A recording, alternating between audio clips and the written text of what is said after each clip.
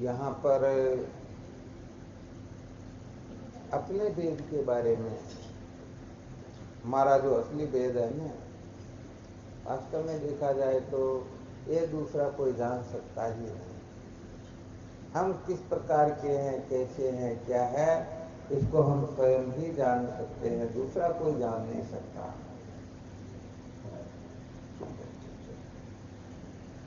होता क्या है, तीन अवस्थाएं जो होती है ना, जागृत अवस्था, स्वप्न अवस्था और सुषुप्ति अवस्था। सुषुप्ति की अवस्था के अंतर्गत ये सारे के सारे जो कुछ भी है, किसी का भी प्रवेश होता ही नहीं। जब चित्त लीन हो जाता है, अर्थात अंतःकरण जब अज्ञान में लय हो जाता है, तब तक किसी की कल्पना भी नहीं होती है।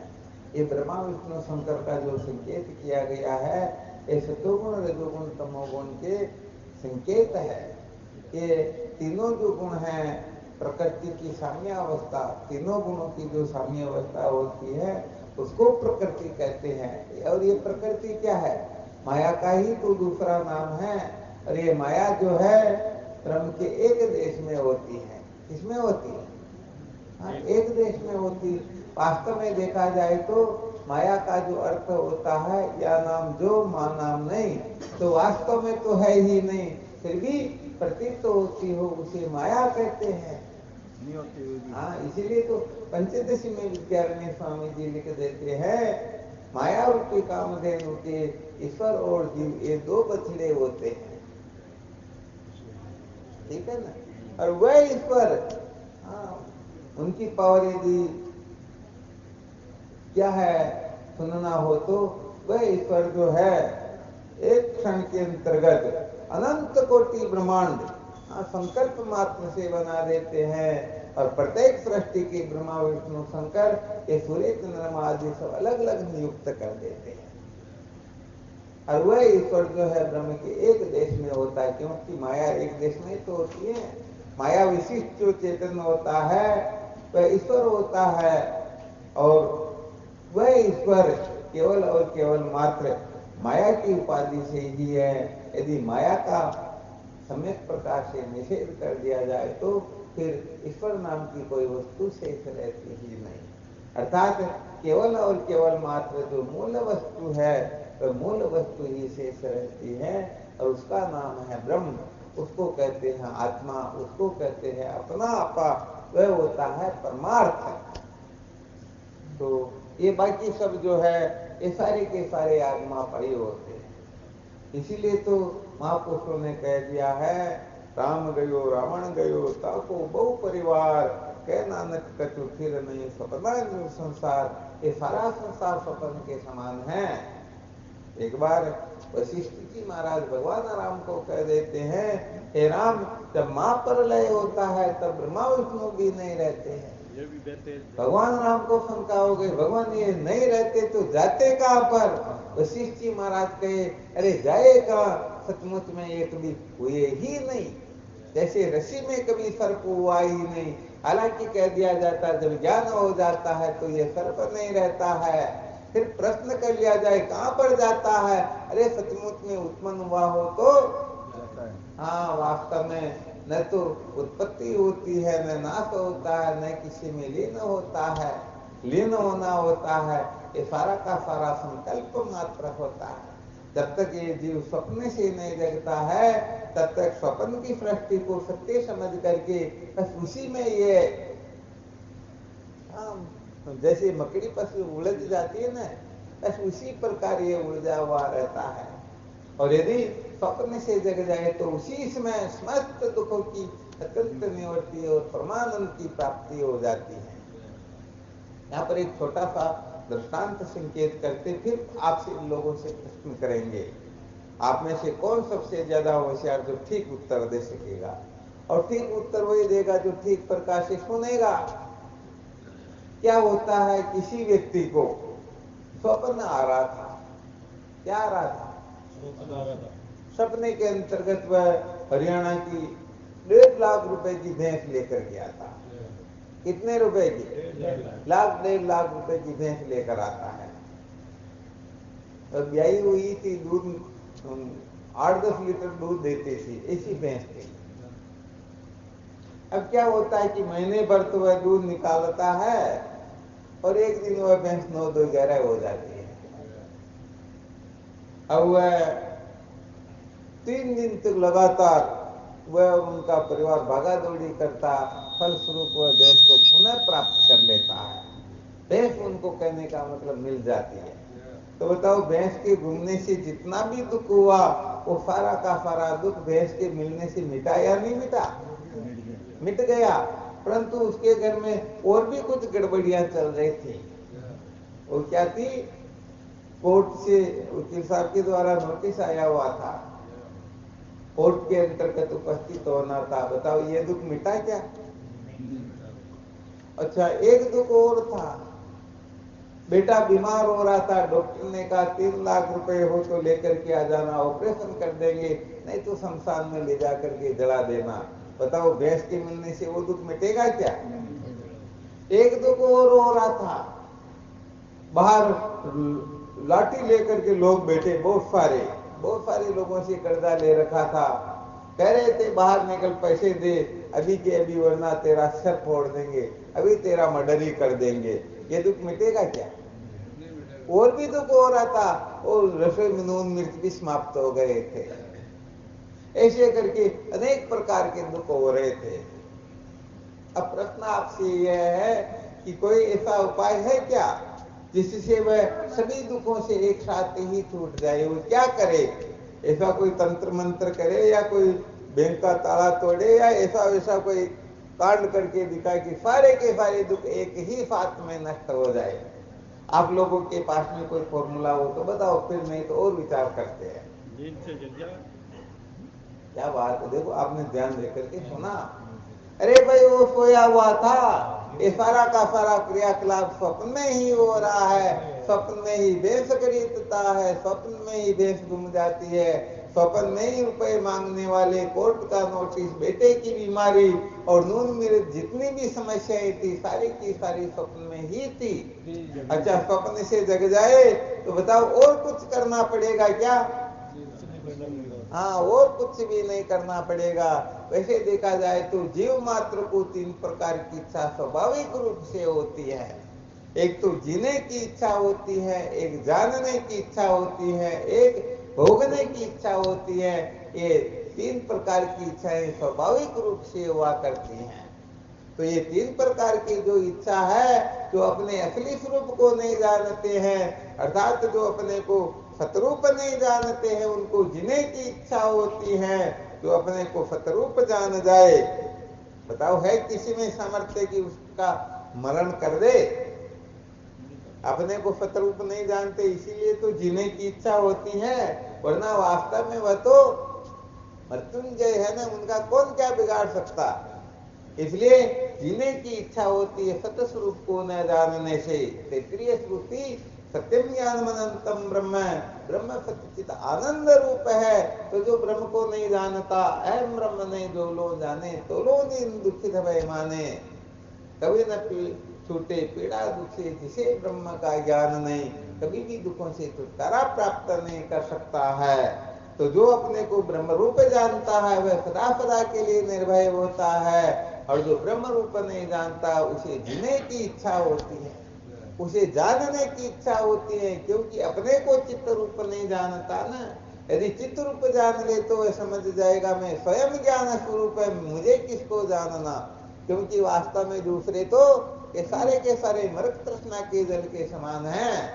नासमझ लोग होते वही तो गड़बड़ घोटाला करते हैं, आपस में बैठ जाएंगे और युद्ध छेड़ देंगे। अरे, जो सामने दिखाई दे रहा जल ये 400 हाथ कह रहा है, दूसरा कहता नहीं 200 हाथ से ज्यादा नहीं हो सकता।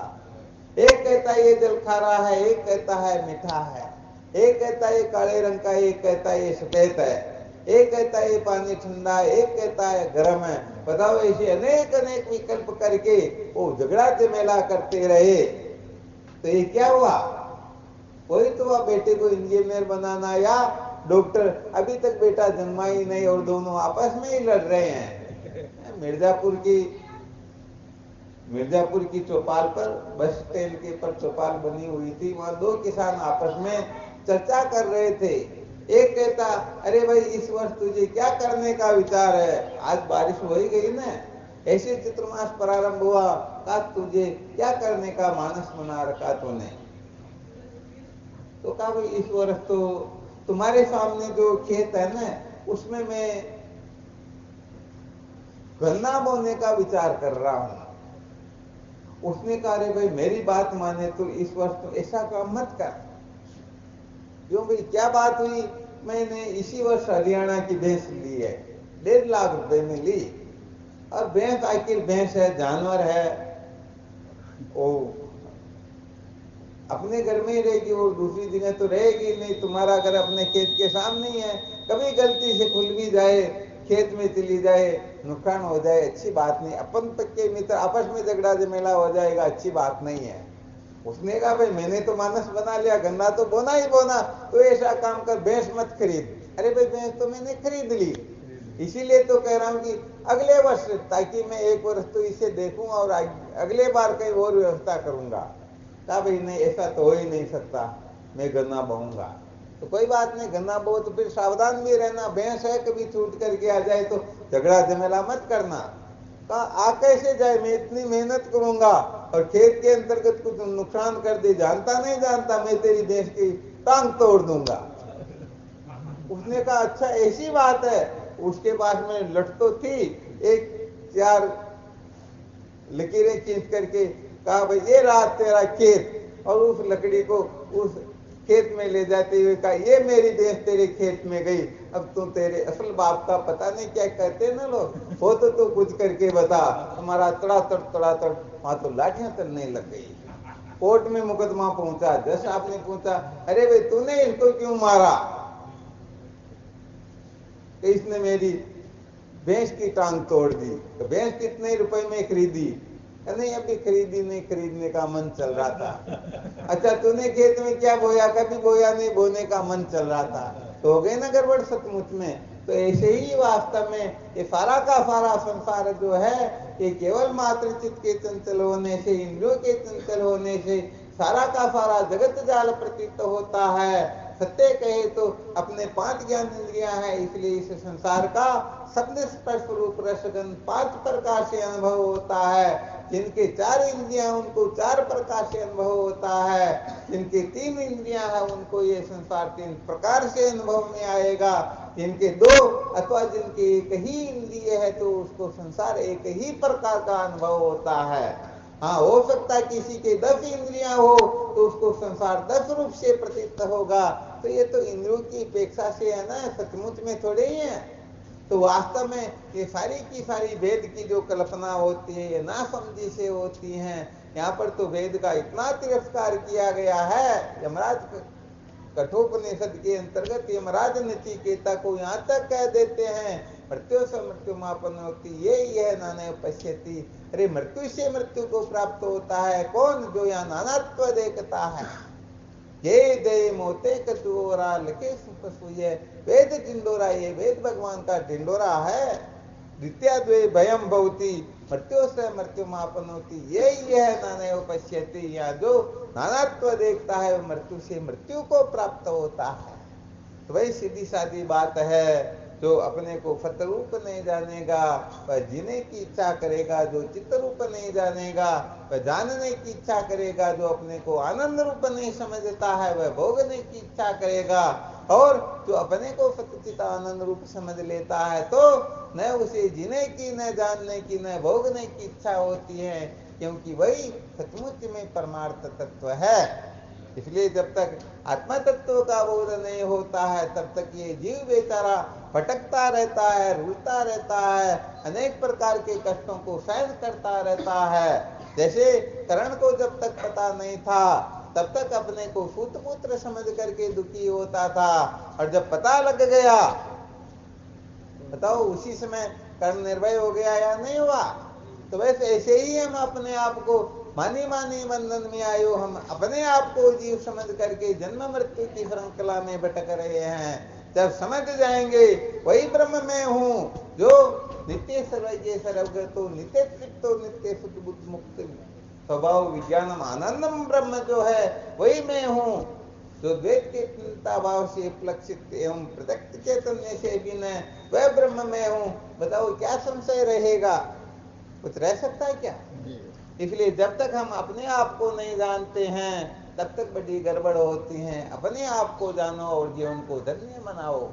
तो वैसे देखा जाए तो सभी लोग कहते हैं अपने आप को जानो, अपने आप को जानो। वेदांत ऐसा नहीं कहता, क्योंकि अपने आप को तो सब जानते किसी न किसी रूप में, भले पापी के रूप में, भले ही पुण्यात्मा के रूप में। इसलिए वेदांत का कहना है अपने आप को ब्रह्म जानो। क्या जानो? ये वेदांत का सूत्र है, ये वेदांत का बेरी घोष है। इसलिए वेदांत का कथन है अपने आप को ब्रह्म जानो। और जब सचमुच में हम अपने आप को ब्रह्म जानेंगे तो अस्ति भाति प्रेम चेति नाम रूप तु पंचकम तत्र त्रयम ब्रह्म रूपम जगद रूपम द्वयम तथा। अस्ति भाति प्रिय सिंधु में नाम रूप जंजाल लिखित आत्म स्वरूप निद्वेद तत्काल निहाल, वह उसी क्षण निहाल हो जाएगा। हाँ, ऐसा नहीं कि अभी तो ये स्विच ऑन किया और 4-5 वर्ष के बाद में फिर लाइट ऑन होगी, ऐसा होता है क्या? तुरंत यदि निहाल होना हो तो बस नाम रूपात्मक प्रपंच के ऊपर पैर रख करके इनको कल्पना रूप मिथ्या समझ करके इसके अधिष्ठान आत्म तत्व का साक्षात्कार करो तो सदा के लिए निहाल हो जाओगे। वरना तो ब्राह्मण क्षत्रिय वैसे शूद्र पापी पुण्यात्मा करता भोगता सुखी दुखी परीक्षित संसारी जीव बने रहो, जन्मते मरते रहो, और कोई इलाज होता ही नहीं। इसलिए जब तक उपाधि पर दृष्टि रहेगी, नाम रूप पर दृष्टि रहेगी, तब तक दुखों की निवृत्ति होने वाली नहीं। और इनका निषेध करके मैं अस्तिवादी प्रिय रूप हूँ, सजाते विजाते स्वगत भेद से रहित अद्वितीय ब्रह्म हूँ, बस उसी समय निहाल हो जाओगे।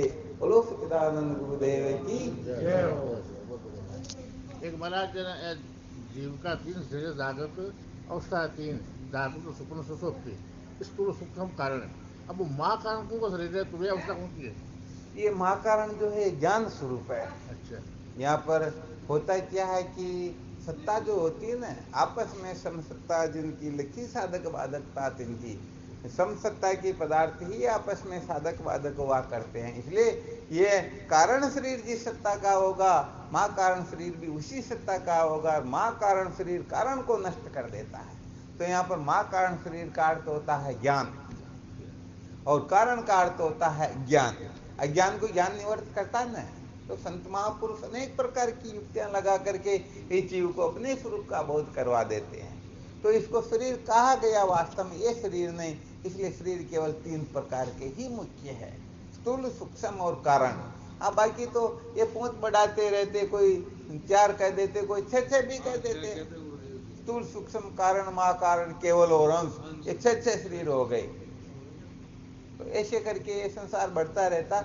अपने को वेदांत वास्तव में जो महापुरुष हुए ना, जो प्रमाणिक जो बात होती बस उसी को थोड़ा स्वीकार करना चाहिए।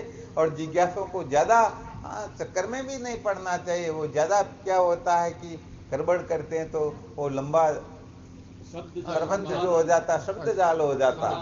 और यहाँ पर तो कहा गया शब्द जाल महारण्यम चित्त भ्रमण कारणम। ये शब्द जाल तो चित्त को भटकाने वाला महान वन है। इसलिए तत्ववेता महापुरुषों का सानिध्य करके अपने स्वरूप को जानना चाहिए, बाकी सबको छोड़ देना चाहिए।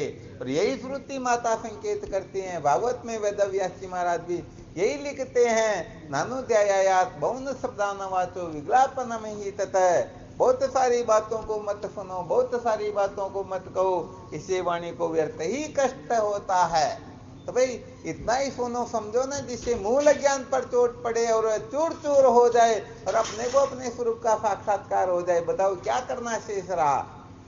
हाँ, तो मूल बात यही है, मूल अविद्या मारे के जो जाने जगदीश, चाहे मुंड मुंडाई ले चाहे चक्की पीस। तो मूल विद्या को भस्मीभूत कर देता है, समझो उनका जीवन सार्थक हो जाता है, वो सदा सदा के लिए